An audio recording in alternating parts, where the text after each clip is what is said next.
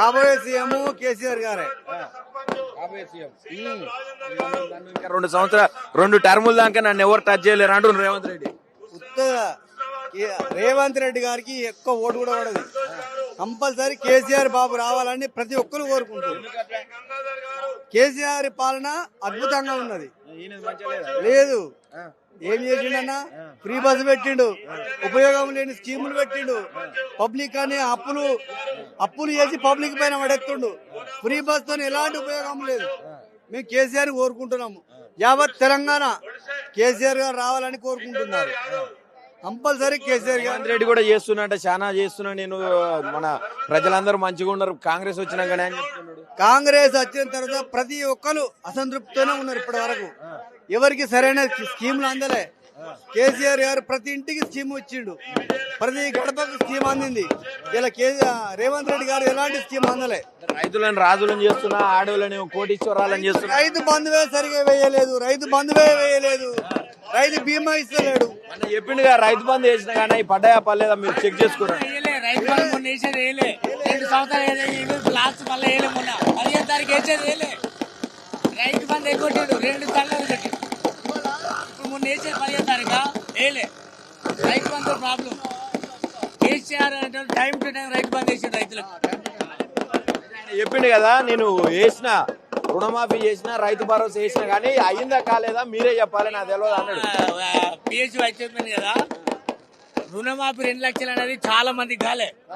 రైతు బంధు సుత చాలా మందికి వాళ్ళే. ఎకరం 2 ఎకరాలు 3 ఎకరాలు అనేది ఇప్పుడు మొన్న ఎకరం వేసి ఆపేసిండు. మొన్న 15వ తారీఖు 2 ఎకరం ఎత్తాను చేయలేదు. కాబట్టి రేవంత్ రెడ్డి అంతా జీరో ఎవరు లేరు. కాబోయే సాయంత్రం వేస్తా రాలే 15వ తారీఖు ఎత్తాడు వేయలేదు. జడ్పీటీ ఎలక్షన్లు ఎత్తాను ప్రపోజల్ పెట్టిన ముందు జాగ్రత్తగా. అది కాని పని. రేపు రాబోయే రోజుల్లో కేసీఆర్ మొత్తం సీఎం అవుతాడు పక్క. మేడిగడ్డ కొట్టకపోయింది కుంగిపోయిందని మేడిగడ్డ మీద ప్రోగ్రామ్ పెడుతుండే. మేడిగడ్డ కాదు, ఈ ప్రోగ్రామ్ పేలు కోసమైనా చేసిండు.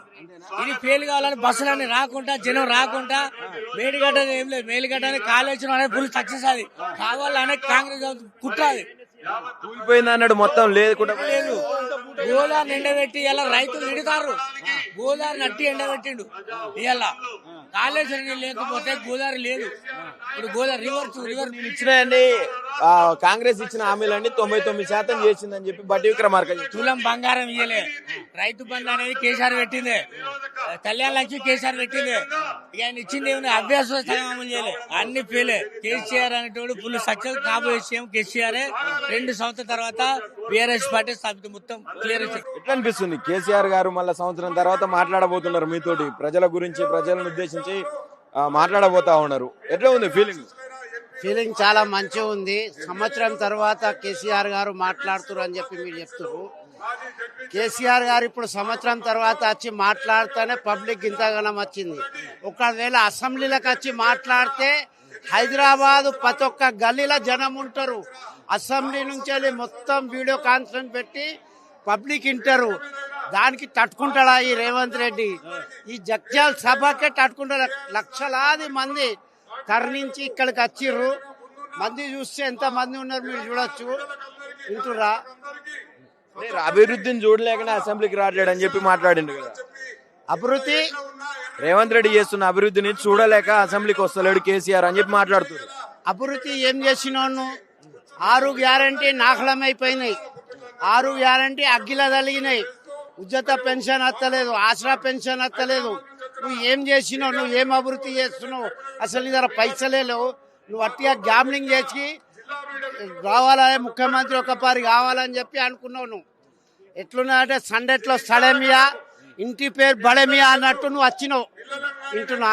కనకబద్ద హిమ్మతి, కాంగ్రెస్ వల్ల గమ్మతి. గమ్మత్ మాట్లాడుతున్నావు. నువ్వు చేసింది ఏం లేదు, నువ్వు ఒరిగింది ఏం లేదు. వింటున్నా? ఎప్పుడు తెల్లాడితే పొద్దుగుక్తే కేసీఆర్ గురించి మాట్లాడాలి, కేటీఆర్ గురించి మాట్లాడాలి, నేను ఏదో ఆశించాలని చెప్తున్నావు. నీది ఏం చల్లదు బిడ్డ.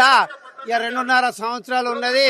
తర్వాత నువ్వు మళ్ళా అదే ఓటు తెచ్చుకుంటూనే బతకాలి అని చెప్పి కోరుతున్నాను. ఇంకోటి కూడా, ఇప్పుడు 2.5 సంవత్సరాల నుంచి మేడిగడ్డ లేదు, కుంగిపోయింది, కాళేశ్వరం కొట్టకపోయింది అని చెప్పి మాట్లాడిండు రేవంత్ రెడ్డి. ఈరోజు మేడిగడ్డ మీద సభ పెట్టిండు, బహిరంగ సభ. ఎట్లా చూస్తారు? ఏం చెప్తారు? కేసీఆర్ గారు అప్పుడు అధికారం ఉన్నప్పుడు మనకు కంటి అద్దాలు ఇచ్చిండు, అద్దాలు. ఆ అద్దాలు పెట్టుకొని నువ్వు చూడు, మేడిగడ్డ ఒకవేళ కూలిపోయినట్టయితే ఈ తెలంగాణ ఆగేదా? ఒకసారి ఆలోచించాలి పబ్లిక్ సుధా. మేడిగడ్డ ఒకవేళ కూలిపోతే ఎంత లుక్సాన్ అయ్యేది. అక్కడనో ఇక్కడనో కొంచెం పిల్లలు జరిగిపోయినాయి కావచ్చు, దానికి రిపేర్ చేపిరా అంటే అది రిపేర్ చేపియకుండా ఏదో కూలిపోయింది కాలిపోయింది అని చెప్తుండు. కూలిపోతే కాలిపోతే ఊళ్ళకు ఊళ్ళు కొట్టుకుపోతుండే, ఎక్కడ ఎలాంటి ఏం కాలేదు. ఏం చెప్పాలనుకున్నారు రేవంత్ రెడ్డి? రేవంత్ రెడ్డికి ఏం చెప్తున్నా అంటే వచ్చే 2 సంవత్సరంల మంచి పరిపాలించు, మంచి పేరు తెచ్చుకో. ప్రతి ఒక్కరికి బదలాం చేస్తే నీకేం కాదు, నువ్వు ఏది కాదు, నీతోని ఏం కాదు. వింటురా? మేడిగడ్డకు సంబంధించి కూలిపోయింది కొట్టుకుపోయింది అని చెప్పిన 2.5 సంవత్సరాలు. ఈ రోజు మేడిగడ్డ మీద మీటింగ్ జరుగుతా ఉన్నది రేవంత్ రెడ్డి, ఏం చెప్తారు దానికి?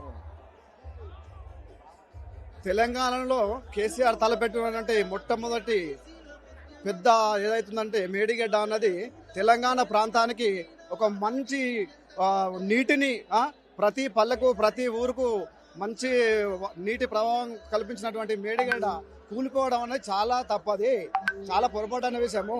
ఎక్కడో ఒకడ చిన్న చిన్న పొరపాట్లు జరుగుతూ ఉంటాయి. అది పెద్ద దాన్ని వీళ్ళు కాంగ్రెస్ పార్టీ వాళ్ళు దాన్ని భూతత్వంలో పెట్టుకొని ఇదే అని చెప్పేసి మేడిగడ్డ కూలిపోయింది, కాళేశ్వరం మీద పెద్ద లక్షల కోట్ల అప్పులు చేసిండు అని చెప్పేసి కేసీఆర్ మీద అబండాలు మోపుతా ఉన్నారు. అది కరెక్ట్ అయిన పద్ధతి కాదు.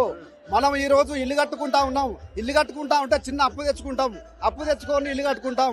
ఎందుకు? అది మన ఇంటిని, మన గృహాన్ని, మన కుటుంబాన్ని కాపాడుకోవడానికి మనం ఇల్లు కట్టుకుంటాం. కాబట్టి అలాగే తెలంగాణలో కాళేశ్వరం ప్రాజెక్ట్ అనేది కూడా మన తెలంగాణలో కాళేశ్వరం ప్రాజెక్టు ఒక పెద్ద ప్రాజెక్టు, గొప్పటువంటి నిర్ణయం తీసుకున్న కేసీఆర్ ను ఇలా అనవసరంగా అబండాలు చెబండాలు వేసి కేసీఆర్ మీద లేనిపోని అవాక్కు చవకాలు చెప్పడం కరెక్ట్ కాదు. కాంగ్రెస్ పార్టీకి ఇకనైనా బుద్ధి తెచ్చుకొని కాంగ్రెస్ పార్టీ. సంజయ్ కుమార్ ఎక్కడున్నట్టు? అసలు నేను ఎల్లకు పోలేదని చెప్పి మాట్లాడుతూ ఉన్నాడు.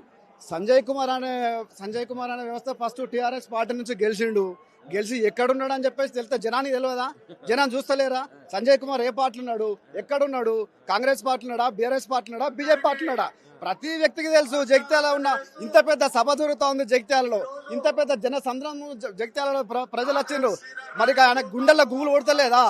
కాంగ్రెస్ పార్టీని, బీజేపీ పార్టీని, బీఆర్ఎస్ పార్టీని వీడి కాంగ్రెస్ పార్టీకి వచ్చిన ఇలా పరిస్థితి ఏందని చెప్పేసి తనకు తెలియదా? జగిత్యాల ప్రజలు గాని అందరు గాని ఒక విధమైనటువంటి మంచి బుద్ధి చెప్తారు సంజయ్కి. ఇది ఉత్తర తెలంగాణలో బీజేపీ బీఆర్ఎస్ పార్టీలో జీవన్ రెడ్డి చేరడం గొప్ప పరిణామం. రేవంత్ రెడ్డికి ఏం చెప్తావు ఈ సభ నుంచి?